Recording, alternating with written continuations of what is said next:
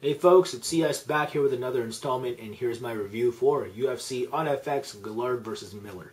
Now folks, before I do move on with my breakdown of UFC on FX, I just want to give you guys a little bit of an update for that YouTube MMA prediction race that I've been in for quite some time now. I do find myself in 4th after this card, and I thought I did pretty good on it, going 8-2 in picks, but it turns out some people did a little bit better than me. 2 people actually went 10-0. So yeah, because of that, one guy in Guillard 1, aka Kimbo White, he moved ahead of me in the prediction race. Now he's in 3rd, so props to him. And props for Surfer Ken taking the lead away from BetMMA. He went 10-0 on the card as well. So yeah, that's a good look for both those guys. But there's actually someone who dropped out of the prediction race, so that's not a good look for us because, you know what?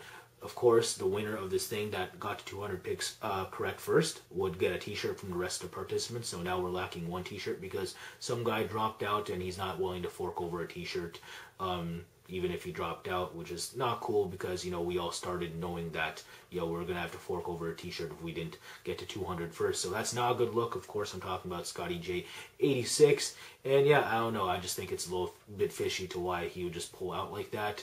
And you know, maybe it's because he was in last place. Who knows? Just saying. But yeah, just a little bit of an update for you guys on this prediction race. So yeah, let's get to this whole card that is UFC on FX, Guillard versus Miller.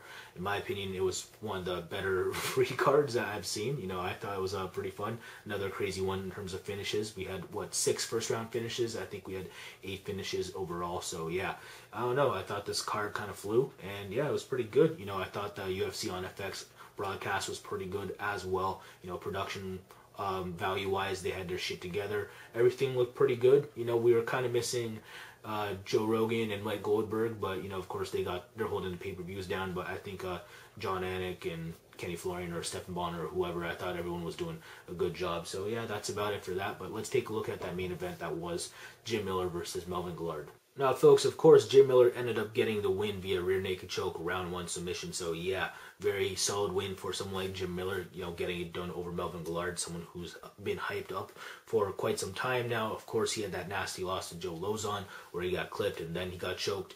But, yeah, he just got straight out outworked in this bout because he threw everything but the kitchen sink at Jim Miller. And Jim Miller said, no big deal, I'm just going to walk through this stuff.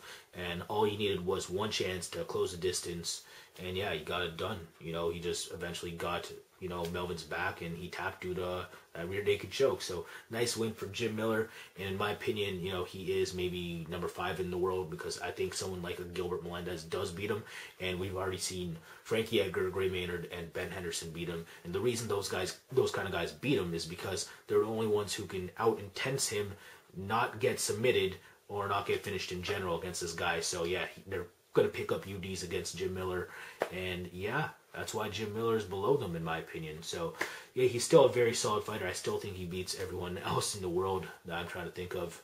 Now, Michael Chandler or Eddie Alvarez might be a tough fight, but yeah, he definitely beats a lot of the cats in the UFC. Anyone below the guys I mentioned in the UFC, he probably beats still. He's a very good submission grappler. You know, pretty solid hands, pretty good wrestler. Yeah, he's a pretty well-rounded fighter, and I just thought that his chin and intensity was good enough to get it done over Melvin Guillard. I just thought that him closing the distance, weathering the storm, and all of that would just happen more often out of 10 than, say, Melvin Guillard dropping him and finishing him up with more punches. So I just thought that the way Jim Miller would win was more likely, and it happened. So props to Jim Miller for a solid win. I think he gets the winner of Anthony Pettis, Joe Lozon. I think that would be a pretty interesting fight no matter who he faces there. And someone like Melvin Guillard, you know, taking his 2nd L in a row, they might send him to the undercard, but he's too entertaining of a fighter to get sent there, in my opinion. I think that he gets another marquee lightweight matchup, and there's a bunch of people he can be paired up against in lightweight. It's a very deep division, but again, solid fight for how long it lasted. Alright folks, now let's move on to the Josh the Dentist Neer versus Dwayne Bang Ludwig welterweight bout. And of course, Ludwig lost via guillotine in round 1, so solid win for Josh Neer. Now, I didn't even think a Neer with a game plan would be able to win this fight.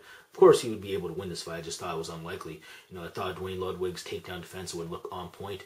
Of course, the key for Neer to win this game was to get it to the ground, where he's definitely more of a stronger fighter than Dwayne Ludwig. Ludwig is still pretty much a kickboxer in MMA, and yeah, if you get him to the ground, you know, if you have the intention of going to the ground with him, it's because you most likely have a better submission grappling game than he does, and of course Neer does, and he was able to get it done via guillotine really fast. So yeah, solid win for Josh Neer.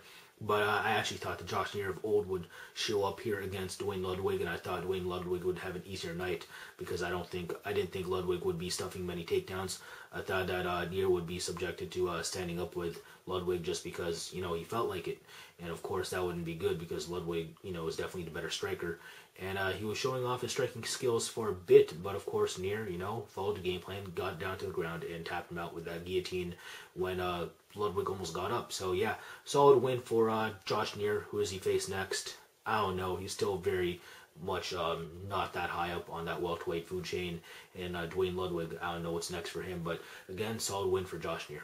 Actually, I thought about it, folks. Now, I think Duane Ludwig should face someone like CR Bahadurzada if, say, CR loses to Paulo Thiago in Sweden.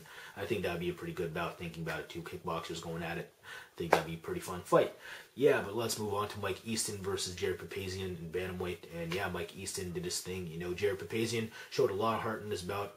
He definitely the more lengthier fighter, and he had his success on the feet at times, but I think Mike Easton was a little bit more well-rounded. He had that takedown in that one round, and of course he was moving forward the whole time, and he was throwing a lot more punches, and sure, a lot of them weren't landing, but he was still landing most of them, so I gave him this fight 29-28, and apparently a couple of the judges disagreed with me. Some guy gave it 30-27 to Mike Easton.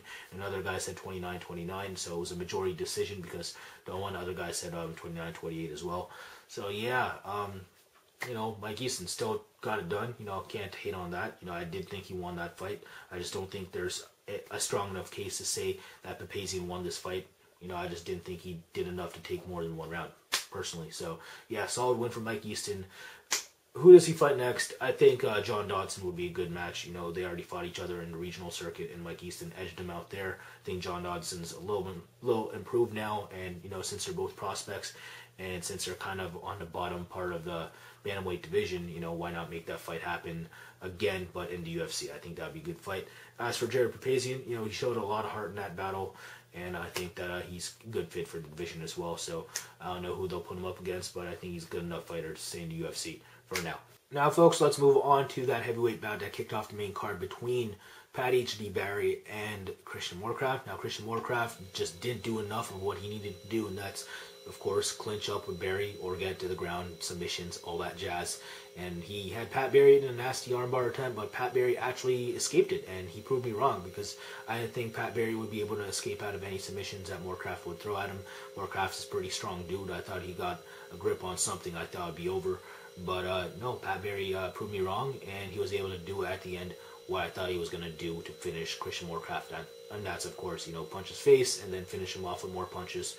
So, yeah, first round KO for Pat Barry via punches. Yeah, that left hook was pretty nasty. So, yeah, Pat Barry, back in the winning column. Good for him. Who does he face next? I wouldn't mind seeing him go up against a Chad Griggs or Travis Brown after that bout settled. I think he should face the winner. I think that would make sense. As for Christian Moorcraft, thinking about it now, I don't think he should be cut. They are bringing some Strikeforce heavyweights in, and some of them aren't that good. We have LeVar Johnson coming in, who's 0-2 in his last two. So, yeah, I doubt he gets cut after his first match against Joey Beltran, say if he loses that. So, yeah, I think maybe you put Christian Moorcraft up against the loser of that match. I think that would happen, but yeah, who knows? But again, folks, solid win for Pat H.D. Barry, but let's get on to the preliminary card and take a look at it really fast. I'm just going to zoom past this shit. Middleweight bout between Jorge Rivera and Eric Schaefer.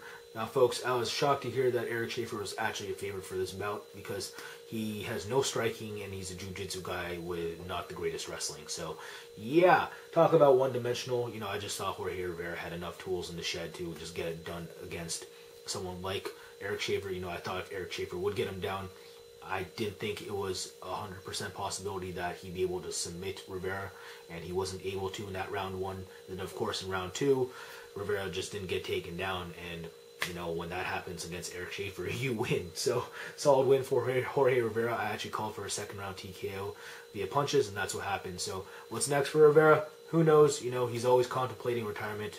Why not go out on top? As for Eric Schaefer, he should retire too because he's just not a fighter.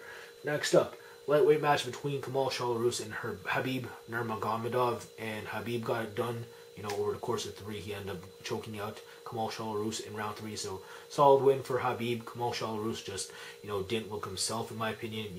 He does like to strike, although he's a world-class wrestler, and he just didn't do enough of either. I thought that Khabib, what he did in that fight, that's what I thought Kamal would have done to him, just beat him up wherever it was going. I just thought that Khabib was facing a bunch of nobodies in Russia or wherever he was fighting. I just didn't think that he looked that good against someone like Kamal Shalarus, and then he proved me wrong. So solid win for Khabib Nurmagomedov. Who knows what's next for him? As for Shalarus, the guy's 39. He should retire too. Next up, Daniel Ninja Roberts versus Charlie Brenneman. Yeah, the Spaniard got him. He just out-wrestled him over the course of 3 rounds. He stayed out of subs, and yeah, that's a win. Daniel Roberts, he's cut. As for Charlie Brenneman, who knows? We'll see. He is still a decent wrestler in that welterweight division, and there's a ton of wrestlers there. And I wouldn't mind seeing him going up against another one. I think that would be pretty interesting. Again, kind of like what we saw in the Rick Story matchup. Pretty surprised to see Rick Story get out wrestled like that, but who knows? I think there's a bunch of compelling matchups you can make for Charlie Brenneman, but I wouldn't mind seeing him go up against someone who actually has takedown defense and striking. So yeah, maybe the winner of Campman Alves. I wouldn't mind seeing that. So who knows? Next up, we have that lightweight bout between Fabricio Camoes, Tommy Hayden. How can you pick against Fabricio Camoes here? The guy's just too experienced. He's a better grappler, better striker. And although Hayden kind of scared me at first, Camoes ended up getting it done in the end. So solid win for Camoes. It's just Camoes, Royler Gracie black belt, and then on the other side, Tommy Hayden, George Gurgel black belt. I think I'll go with Camoes. Next up, Daniel Pineda versus Pat Schilling, featherweight bout. I actually didn't catch it, so whatever. Solid win for Daniel Pineda. Apparently, Nick Dennis just screwed up Joseph Sandoval via elbow, so solid win for Nick Dennis. And I think that's about it for my review for UFC on FX Guillard versus Miller. I think the next time I'll see you is for my UFC on Fox Evans versus Davis pick, so stay tuned for that. And those should be up sometime this weekend, so hopefully I get those out to you guys ASAP. And yeah, that's about it. So thanks for all the support once again. Again, if you have any thoughts, leave them in the comments section below. I try to respond to everything. And yeah, that's about it. So deuces for all my supporters, bruises for all my haters, and take care once again.